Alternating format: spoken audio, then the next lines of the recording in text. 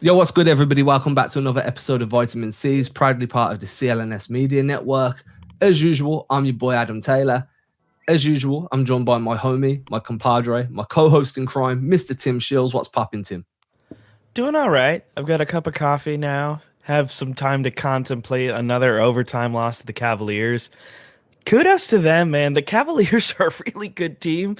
They're gonna be giving a lot of people problems in the playoffs because I imagine if they can keep healthy and keep this pace, they're tough. They are tough. Yeah, there's so much versatility there. And what gets me, though, is both games have been winnable from the Celtics perspective, especially last night's game. The takeaway I kind of had coming away from things was like, if Robert Williams is healthy, that game probably doesn't even make it to overtime, right? I feel like there was a lot of success for Cleveland attacking the rim, and that kind of isn't there if Rob Williams is in that free safety role. He roams around. You kind of start being a little bit more concerned with getting downhill. Obviously, Darius Garland was just electric from deep to start the game. Donovan Mitchell's just fantastic. His explosion's brilliant. He's fast becoming my most disliked player in the league to face because he just always seems to turn it on against JB and JT. But yeah, I think that's where my thought process was like, hey, if Rob Williams is healthy, this game probably is over in regulation. And then you don't have that Marcus Smart decision with 30 seconds remaining on the clock, right? And we can talk about that because I was really, really annoyed at that shot. Yeah. More so that you're down one, it's 30 seconds on the clock in overtime. There's probably one more, you might get one more offensive possession, and you decide to rely on a finesse move trying to draw a foul and take a contested floater. Yeah. Like, I get it. It's a 3-point play, right? If you pull it off, then you're a genius and you go up 2, and now the Cavs are under pressure to tie the game, and you still have an opportunity to even just get yourself to the line and make 1 of 2 to close out the game. So I get the thought process, but at the same time, you don't put the fate of a game in the referee's hands with 30 seconds left. No. Because if it doesn't go your way, which it didn't, well, now everyone's on the back foot, and all Cleveland need to do is run down the clock. You're going to have to foul. Then they're going to run something out of their sideline out of bounds or baseline out of bounds, depending on where you fouled them. And then you need to get one of your sets going, one of your like sideline plays, which they did. They needed to. They ran a similar play to what they did to get Tatum that monstrous dunk. Please let me repeat, monstrous dunk. But they did it for JB, and I get it. Do you want JB being the guy taking the last shot in a game with it on the line? My answer is I don't actually mind that. He's your secondary star. It's the 7th game of the season. You want to get him feeling comfortable. You want him to feel confident in taking those shots. Fine. If it was the playoffs, I'd be a little bit more miffed. But that Marcus Smart decision for me really put a dark cloud over what was a really good game for him. I think there was times where he was probably a little bit too over flashy. Do you remember that one overhead back behind the head pass? No need. Just make the read, man. But overall, I thought that was a solid game, and that one decision kind of really put a dark cloud over his performance. Yeah, I tend to agree with that. And then as well as just the lack of awareness towards the end of the game there where Jaylen starts to dribble the ball. Look, you got to call the timeout right away. Jaylen, you need to be aware. As soon as you get that board, you need to call a timeout because you had a chance there. You did. And look, you basically lost like 2 seconds trying to dribble that ball out to take a half-court heave. It's like, have the awareness. You have timeouts. Take a timeout. 2 more seconds on that last possession gives you a whole lot more time to work with. I don't hate the shot at the end. It was a difficult shot. Like, we're not going to sugarcoat that. But I think that they could have done some more to try and open someone up.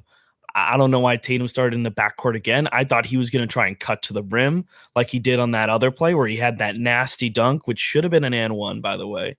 But they didn't, and they went to JB. And again, like you said, I'm fine with JB taking that last shot. It is very early on in the season. You are working under a new coach. I just wish that they kind of got something better going if they had a little bit more time, which goes back to just having the awareness to know, hey, once I get this board, we need to call a timeout right away. And he wasted time dribbling out. And I mean, I'm just going to defend Jaylen Brown here a little bit. Why the hell is he going to call a timeout when Joe Mazzulla just does not use timeouts? Yeah, but it's an awareness thing. It's a situational thing. Yeah, it's a situational thing, but again, it comes down to coaching principles. If Mazzulla hasn't called timeouts during other situations where most coaches would kind of stop play, let you regather, draw up a set to get you back into the game, Jaylen might have just been thinking, yo, I need to get out and run because there's 2.5 seconds left. I'm probably the best opportunity, the best chance this team's got to pressure that rim quickly and get to the line. And Mazzulla don't call timeouts. He said as much. He just steadfastly does not call timeouts. So maybe, and that's probably the only negative thing I can say against Joe Mazzulla. I think he's been exceptional in every other area, especially in the circumstances, right? Like, I'm not saying he's a bad coach by any stretch, but what I'm saying is if your head coach is apparently anti-timeout, maybe he thinks TO stands for turn off. I'm not too sure. But if he's like proper anti-timeout, then you're not really going to be thinking that way. You're going to be thinking, right, just 2.5 seconds, 3 seconds. Let me do my best version of prime Russell Westbrook, grab the rebound and get up the court and finish and just get us back into the game. So while I do think JB should have had that awareness, I also understand why he kind of just went with that rebound and run type of mentality. Yeah, the only thing I would say is just like you had limited amount of time. Like, there was no way that you're going to be able to cover that distance. So taking like a half court shot, I get the idea of like the coach not wanting to call a timeout. There needs to be communication there, right? Because I agree, Mazzulla does not take timeouts, and to the point of like pulling your hair out. Like, it was crazy. It's like, hey man, just so you know, these don't carry over to other games. You can't take them with you. You need to call them when you have them. And I get like, look, later in game, it turns out, if they had not used that timeout, it would have put them in a bad spot. They ended up having enough timeouts at the end of the game to try and set themselves up. But there were still moments where I'm like, hey, you might have want to challenge that call. You've got the timeouts to do it. I don't know why you're not doing it. Plus, you're really scrupulous with the rest of them. So it doesn't really matter if you go ahead and burn one on a challenge. So that's the big thing I think with Mazzulla is like situational awareness of like, hey, other team went on like a 10-0 run. Maybe I should call a timeout. But he's trying to let them play through it. So I get that to a certain extent. But it's kind of giving me shades of Brad. Ime early on didn't want to call timeouts. He wanted to let them work through it too. So I get that he's trying to do that. But at the same time, I think you also need to try and figure out, hey, maybe I can call a timeout, not just to even like stop a run, but to also just bring everyone in, communicate, see where guys are at, because these guys are running a lot. The pace is way up for the Celtics offense. And that's great, except you've got guys who are playing heavy minute workload. And the one that I am worried about the most, especially after last night, Al Horford. Al Horford played like 40 minutes. They had like no other true centers that got like any playing time. They put Cornet in for like 2 minutes and 30 seconds. They were like, hey, let's just go ahead, throw him in, see what happens. And then they're like, okay, never mind, come back. And then that was it. I said this on the last episode, right? The last thing you want Luke Cornet guarding is a back down big with some strength that's going to dislodge you. And Cleveland just went straight at Luke Cornet with Robin Lopez. They were just like, right, we'll throw just a body at you that's going to dislodge you. And it kind of just made his position in the rotation untenable for that game. Interestingly enough, the Celtics still didn't go to Vonleh. I think that was an interesting development. Yeah. Big tell. I will say as well, like when we're talking about communications and calling timeouts, if you remember, there was a game last season, I forget which one it was, but there was a miscommunication on Udoka with an ATO. I remember that. I remember that as well. And it was and Udoka kind of it was the first time since Udoka had been head coach that he put his hands up and accepted the responsibility that, hey, that's on me. I didn't verbalize the scheme and the principles correctly. I'll do that better. So this communication thing with a new head coach and some of your players, specifically your starters or your stars, that isn't new. We saw this happen last year. And another thing that's kind of been prevalent in my mind is, hey, we've played 7. We've gone to overtime twice. That's very reminiscent of how the Celtics were last season under Udoka to start the year, because it wasn't until January where their defense kind of really settled into itself that they started just shutting up shop on teams. So I feel like there's quite a few similarities between this season and the start of last season. The only good thing is there doesn't seem to be as much infighting. We haven't had Marcus Smart out here calling out guys saying that Jaylen and Jason just want to be the stars. Like, there seems to be a lot more continuity there. But some of the issues that there's definitely been like it's a bit of Groundhog Day, right? We're reliving some of these issues. Yeah, and I think that's the important thing that we all need to kind of keep in focus too. I mean, it is definitely good that the locker room is together on this. I think the only thing that's really hurting them right now is who knows how this team starts if they have Rob. And if they have Rob healthy, like, who knows? They might only have like one loss, because the biggest problem that they have is they don't have another body to throw in there that's trustworthy at the center position. If you go ahead and do that, you're running out a much bigger lineup if you're doing double bigs. Or if you decide to just have one center out there, you've got Tatum at the 4 or Grant at the 4 occasionally, and then you're able to throw Allen at the 5. You're able to cycle those guys in. It gives you a little bit more ability to stagger players. It just would work better with the lineup. But you don't have Rob, and you're probably not going to have Rob for at least another month and a half or so. I think we looked at the timeline, or maybe I looked at it. It might have been on the pregame. We looked at the timeline. I think we're looking at least another 6 weeks minimum based on what the original diagnosis was.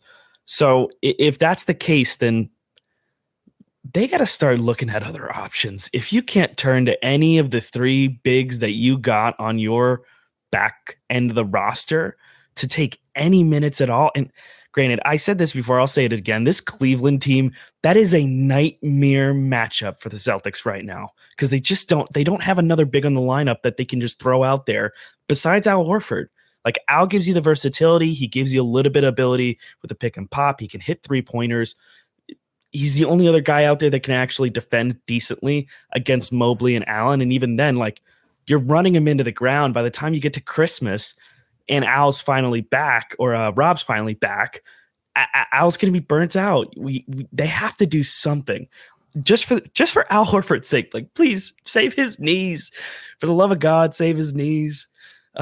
God, I can't see it again, man. I mean, we did say on the last episode that we're gonna break down some of the trade targets and the free agent targets for big men. And if we've got time tomorrow, Friday, once I'm back from having the tattoo sitting, this is where the time difference works in our favor. We can certainly do that, right? Because there's a few guys and there's a couple of trade proposals, and then you've got your free agency. But I agree. I was against adding Vonleh to this rotation in the first place. I just felt like he was a net neutral addition that wasn't really going to see minutes. Justin Jackson, I was a little bit more high on, but again, I wasn't expecting him to play. I just feel like those are, and I get it, like 14th and 15th in the roster, they only play in garbage time anyway. But I just felt like there was definitely a need for a big man, that you could have gone towards a veteran that could give you some legitimate minutes, right? And you are right. Like, if Rob Williams is there, do we see Jarrett Allen slipping screens as often and just being wide open for easy dunks around the rim? No, because Rob's going to be there. He's going to rotate over, and Rob seems to do quite well against Allen generally. So that's probably not going to happen. We don't see as many drives to the rim, so then all of a sudden the 3-point line kind of just narrows a bit because everybody's their pickup points are a little bit higher on the floor, because you don't have to worry about being beaten off the dribble. And for Horford, I'll keep notes. If anyone who's been following my work over the years, that I have my trusty notebooks. I keep notes during games. Quarter one of the last notes I took in the first quarter, this was one of the worst Al Horford quarters I've seen in a long time. I think his game, and then at the end of overtime, I was like, this was a really good game from Al Horford, because obviously these notes are happening in real time, or my version of real time. So Al Horford, to start the game, he missed a few defensive rotations. He made a few bad mistakes on offense, a bit of butterfingers. I think he come off of I think it was a wedge screen, and he, instead of going into the post where he was meant to go, he kind of fled to the corner and just messed up the pass. There was a few things where I was like, man, this just isn't Al's night. And if Al Horford isn't playing well against a team that runs a double big lineup with a stretch 4 or stretch 5 in Mobley that can put the ball on the floor, just do everything, and then an explosive big like Jarrett Allen, Like, we're screwed. We're in trouble real quick. Now, obviously, Horford picked it up, ended up with a double-double, played the angles on defense like he always does, did a really great job. But that first quarter was worrying. And what was more concerning was, who the hell do you bring in if Horford's struggling that's going to be able to give you that impact, right? So that's definitely going to be a big issue. And I think it'll be a big issue till Rob's back. The bigger concern is, even if Rob's back and Mazzulla goes to that double big lineup again, like, and we start seeing more like Ime Udoka-esque, who the hell do you trust coming off the bench to give those two guys a breather? Are we just going small all the time? Because obviously Vonleh's lost trust. Luke Cornett can do what he can do, but again, if you're up against someone with a bit of strength, there needs to be an extra addition somewhere. Yeah, and I'm hoping that the Celtics are aware of that. They have to be. Through the first 7 games, you're seeing what you've got. It does suck for Vonleh. I think he was just brought in, talked about a little bit last time, as just an energy guy, and now you're in this situation where you can't even give him any kind of minutes. You've got Blake Griffin, nice veteran addition for the locker room, and that pretty much seems to be it, because he was never a good defender to begin with, and now he looks washed, for a lack of a better term. He's not going to give you dependable minutes, and to be honest, he's not supposed to. He's supposed to be like your 14th or 15th man. Like, if we're keeping it completely 100%, there's a reason why he started to fall out of rotations with guys. He's just a veteran and a bench guy you put in there as a break glass in case of emergency situation. It's pretty much how I've heard everyone refer to him. But Luke Cornett needs to be able to give you minutes, but this is a situation where you're not going to be able to play him because it's just not his matchup. And that's where you run into a problem, where you miss a guy like Daniel Tice, where you have a little bit of versatility, a little bit of defense, a little bit of shooting. He gives you just enough that you have something to work with. But with no Tice, you've got no Rob to lean on. You're just going too heavily into Al's minutes. And I just don't. It's not sustainable to go smaller against teams like this, where they can trot out a double big lineup that is so lanky, so versatile, capable of shooting, capable of backing you down, and they just feast on the boards. I will say that Boston did a really great job on the defensive end in terms of getting boards. I think by the end of the night, they had one more total rebound over the Cavaliers. So that was just based on pure effort. Like, they were hustling for every board. I will give them that. The effort was there. And that's why it's like, at the end of the day, when you look at all, you chalk it all up, it's like there was a couple things here or there that could have gone better, and the Celtics might have won this game. But I just think that their bench depth, specifically their center and power forward depth, that's ultimately where they're going to find these games to be difficult, and they're just making it harder for themselves by not addressing it. I mean, you've touched on it there, right? It's not just the center depth; it's the wing depth as well. Having somebody else extra that can come in, that can slide between the 3 and the 4, that can give you something off the dribble, that can stretch the floor a little bit. The Malcolm Brogdon addition has really improved that guard rotation. No disrespect to Peyton Pritchard, but what we found is hey, there really is room for another ball handling wing, and those guys don't come cheap. So saying it and finding one that fits the bill are just two completely different things, right? I've been a big fan, and I've pleaded over the years to find a way to add Norman Powell as that bench guy. It's almost, I just don't see how that could ever happen. So it's unrealistic of me to talk about it like it could. But that's the type of dude that you need coming off the bench, right? Someone that can attack off the dribble, that can score off the catch, that's known for just being a high-level shooter, that can defend as well. And then, your bench rotation all of a sudden looks like Malcolm Brogdon, whoever it's to, whether it's Derek White, whether you're keeping Marcus Smart out there, whatever. And then you're going to have a Norm Powell, Grant Williams, and then insert big man here, whether you're running with Luke Cornett, whether you bring in a Derek Favors. But all of a sudden, that bench lineup's gnarly. People are going to really be struggling. So that's definitely another aspect to this, right? You can't keep running Tatum and Brown 38, 39, 40 minutes a game. Those guys were gassed when they got to the finals last year. They were both banged up. Obviously, Tatum more so with that shoulder injury. He had that fracture in his wrist that he revealed. And then just heavy legs. You need them fresh. And I just feel like at the moment, there's so much imbalance on that roster, that some of these stars are having to play bigger minutes just to kind of paper over the cracks that are there.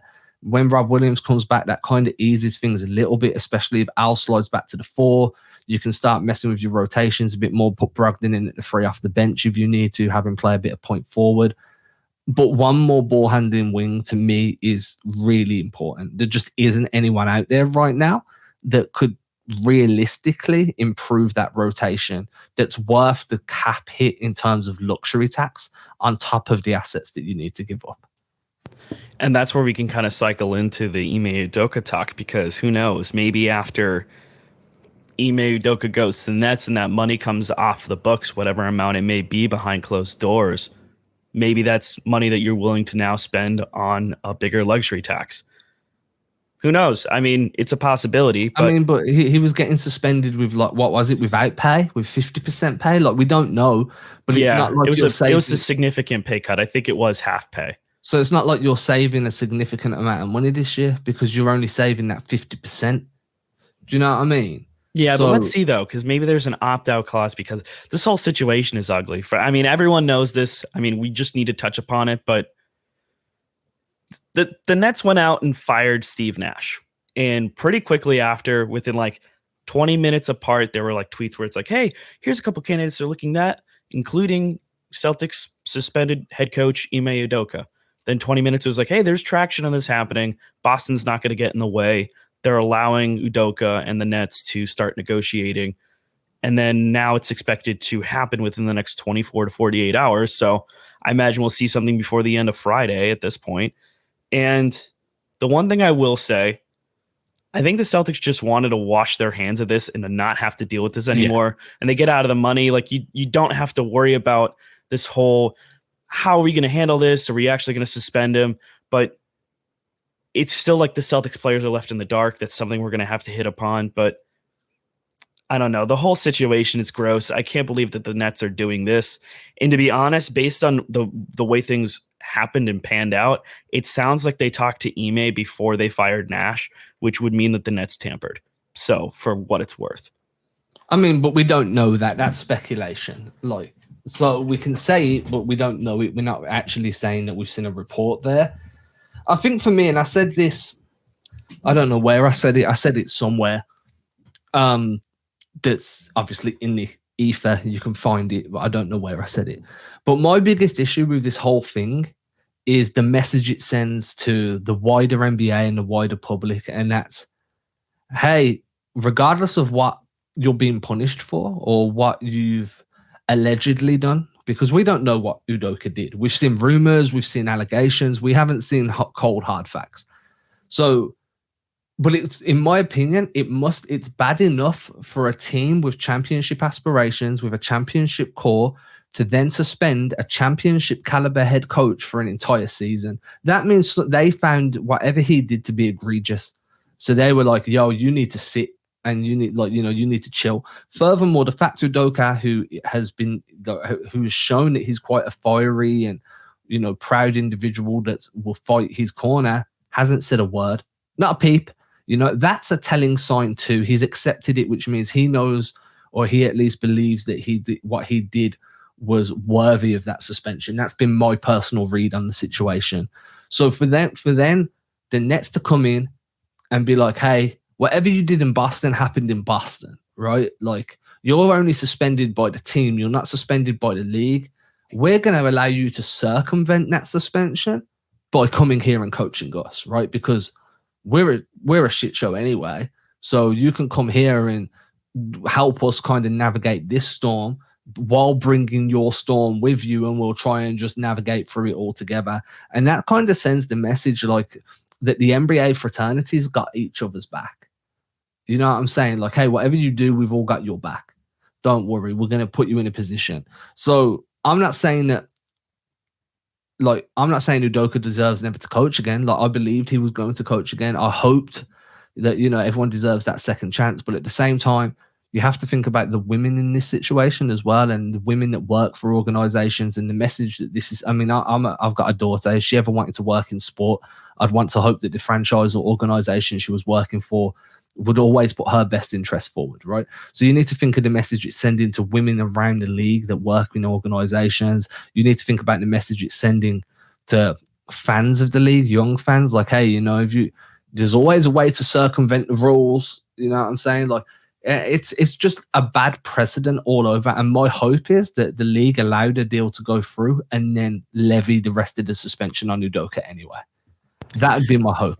And here's hoping. I mean, we still haven't seen an actual deal come to fruition. It's just expected to at this point.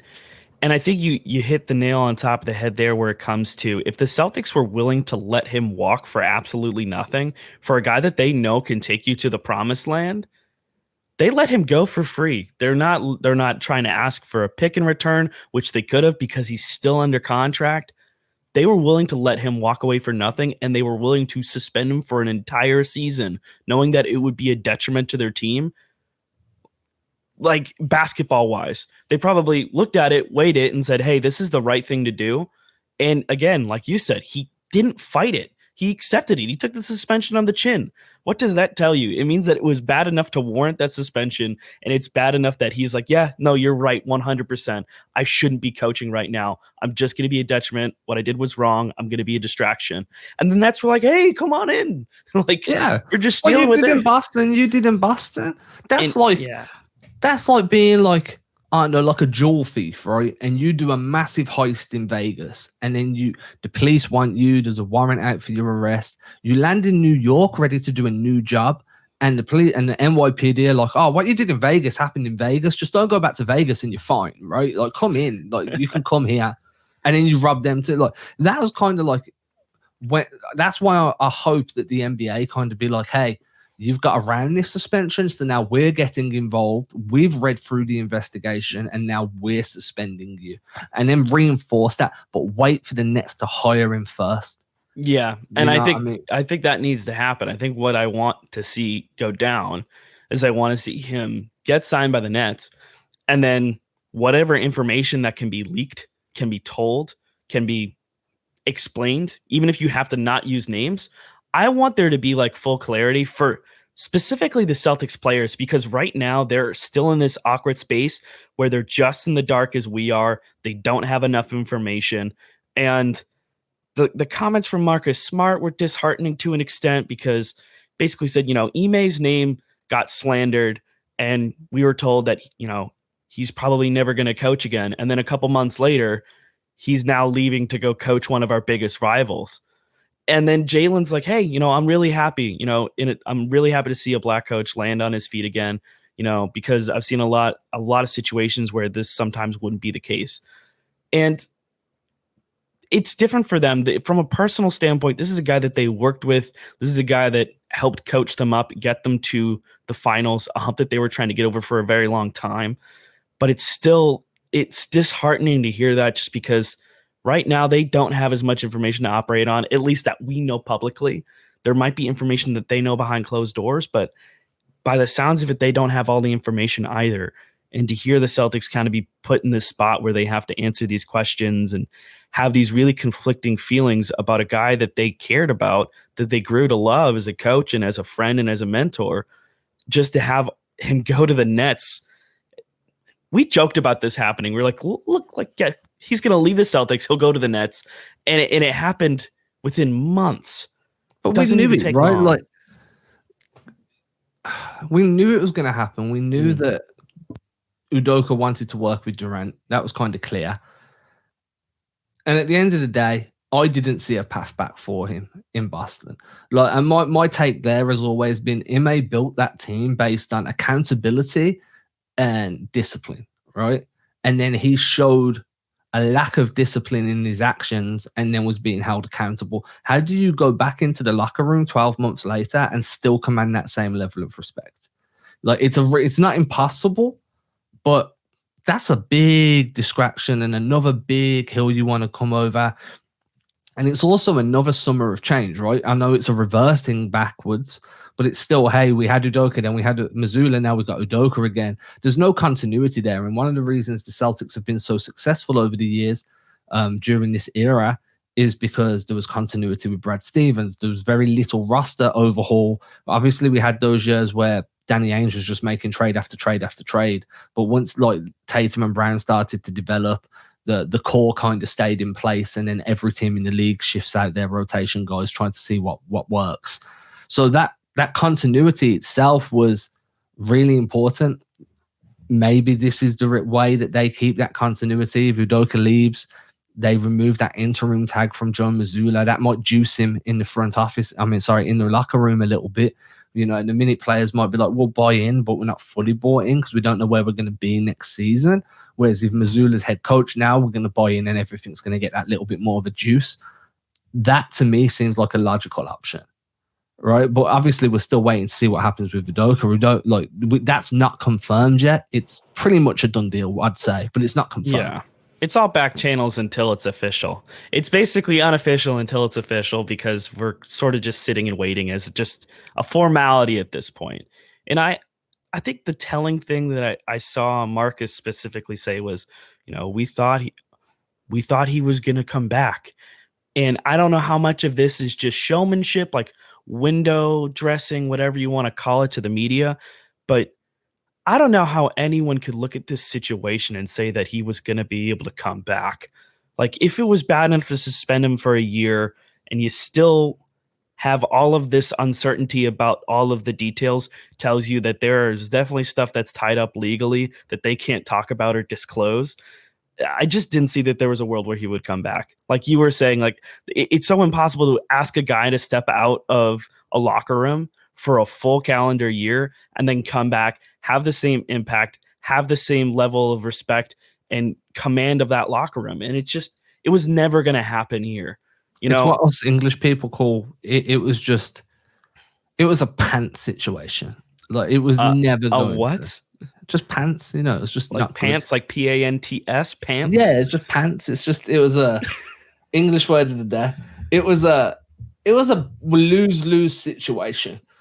Yeah. No matter what happened this season, no matter what happened with Udoka this year, it was just a really difficult opportunity for him to ever come back in Boston. And I wanted him to get another coaching role, but I wanted him to serve out the suspension first. Right, show that people, the NBA, like just because you're within that NBA bubble, that you can still be held accountable for those actions. I thought that was an important thing for the league as well as the team itself, and just for sports in general, especially as like you know, there's so many women in sports, and you hear all the horror stories. I thought this would be a good way to kind of show, like, hey, we can stand in solidarity.